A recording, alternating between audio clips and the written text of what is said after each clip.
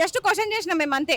వెళ్ళి మీరు ఎందుకు నిరుద్యోగుల గురించి మాట్లాడతలేరు, మీరు గ్రాడ్యుయేట్ ఎమ్మెల్సీయా లేకపోతే ఎవరు ఎన్నుకున్న ఎమ్మెల్సీ, మీరు మీకన్నా క్లారిటీ ఉందా, అసలు మీరు కూర్చున్న చైర్ పైన మీకు స్పష్టత ఉందా, మరి మాకు న్యాయం చేయనప్పుడు మీరు ఎందుకున్నారు అని చెప్పేసి అడిగినాము.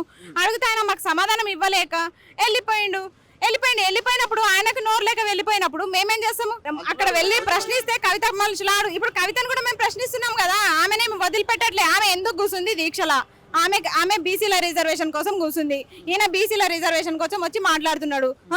ఎవరు పడితే వాళ్ళు మేము బీసీలం అని చెప్తున్నారు. మరి నిరుద్యోగుల కోసం ఇంత పోటీ పడి ఎందుకు మాట్లాడట్లే మీరు? నిరుద్యోగులు అంత లేరు అనుకుంటున్నారా తెలంగాణలో? బీసీ నిరుద్యోగులం కాదా మరి మేము? మరి మా మీద ఎందుకంత ప్రేమ లేదు మీకు? ఓన్లీ రాజకీయం పడి పొర్లుతున్నారు పందుల లెక్క. రాజకీయమేనా మీకు? ఎప్పుడు తింటే లేస్తే నిద్రపోతే మొత్తం రాజకీయమే. చెప్పనిచ్చిండే కనీసం తిన్మర్మలన్న మీ సమస్య వినే ప్రయత్నం చేసిండ? అస్సలు వినే ప్రయత్నమే లేదు. ఇంకొక గంట తర్వాత మా ప్రోగ్రామ్ ఉంది కదా, మా ప్రెస్ మీట్ కూడా ఉంది కదా. అవును మీరు ఉండండి, నెక్స్ట్ మీదే ఉంది కదా, ఖచ్చితంగా మాట్లాడతా అని అక్కడే కూర్చోవచ్చు కదా. ఆయనకు ఫస్ట్ అసలు మా సమస్యలు ఆయన దృష్టిలో లేవు, మేము పోయి ఇచ్చేస్తున్నాము, ఆయన తీసుకుంటున్నాడు, డస్ట్బిన్లో వేస్తున్నాడు, అట్లా చేస్తున్నాడు.